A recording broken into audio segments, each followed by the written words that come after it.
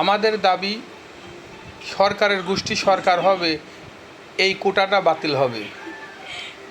এই আন্দোলনকে কেন্দ্র করে কোনো রাজনীতি দল কারো ঘাড়ে চাপ দিয়ে কেউ যেন উপরে ওঠার চেষ্টা না করে। আমাদের দেশে এমন একটা সরকার এখন প্রয়োজন, যে সরকার দেশ জাতির ভালো চায়, মঙ্গল চায়। লুটে পাটে খাওয়ার কোনো সরকার গঠিত আর হবে না এই বাংলার মাটিতে। এই বাংলার মাটিতে ইসলাম কায়েম করতে হবে। আল্লাহর হুকুম, নবী করিম সাল্লাল্লাহু আলাইহি সাল্লামের শাসন অনুযায়ী দেশ চালানোর মতন সরকার আমাদের প্রয়োজন। এখন যে সমস্যা বিরাজ করছে, এই সমস্যা থেকে কেটে ওঠার জন্য আমাদের আল্লাহর সাহায্য দরকার।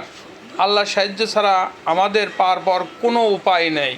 আমরা কোনো জালিম, কোনো অবৈধ কাউকে চাই না যে আমাদের দেশ চালাক, তারা আমাদের দেশের শাসনকর্তা হয়ে থাক। এরকম কোনো সরকার আমাদের দেশে প্রয়োজন নাই। আমাদের দেশের সরকার দেশকে ভালোবাসতে হবে। ইসলাম শাসিত দেশ আমাদের এখন অতি জরুরি, কারণ আমাদের দেশে ৯৫% মুসলিম। সেই দেশে মুসলমান সরকার, মুসলিম সরকার আমাদের প্রয়োজন। এই জন্য সবাইকে এগিয়ে আসতে হবে। আমাদের নিরপেক্ষ, নিরাপত্তা মানে সুশৃঙ্খলাভাবে যে দেশ চালাইতে পারবে, এরকম একটা সরকার গঠন করার জন্য সবাইকে এগিয়ে আসতে হবে। যে সরকার রক্তের দাম দিতে পারবে, এই ছাত্রদের ন্যায্য অধিকার আদায় করে দিতে পারবে, মেধাদের কাজে লাগাইতে পারবে। আমাদের মেধাশক্তি সবচেয়ে বড় শক্তি। মেধাশক্তি কাজে লাগিয়ে দেশকে যারা উন্নতি করতে পারবে, এই রকম সরকারই আমাদের অতি জরুরি প্রয়োজন। সেই ক্ষেত্রে বাংলাদেশের 18 কোটি জনগণ এগিয়ে আসার খুবই প্রয়োজন।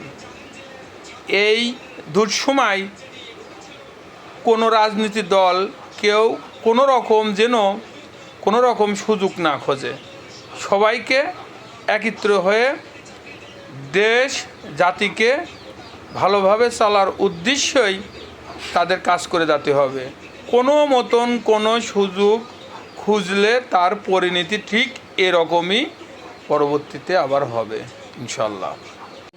আমরা দেশে এমন একটা সরকার চাই, যে সরকার জনগণের বন্ধু হয়ে থাকবে, দেশকে ভালোবাসবে।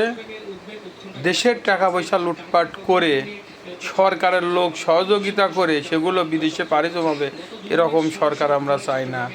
আমরা এমন সরকার চাই যে সরকার দেশের জন্য কাজ করে যাবে।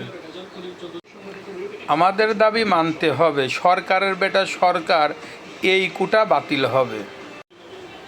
এই আন্দোলনকে কেন্দ্র করে যারা পুঁজিবাজারে ব্যবসায়িকরা সিন্ডিকেট করবে, তাদেরকে আগে ধরতে হবে, তাদেরকে আগে দমন করতে হবে।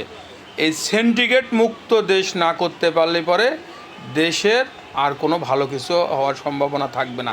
এদেরকে আগে খুঁজে বাইর করতে হবে, কারা এই সিন্ডিকেটকারী, কোন ব্যবসায়িক সিন্ডিকেট করে, তাকে আগে দমন করতে হবে।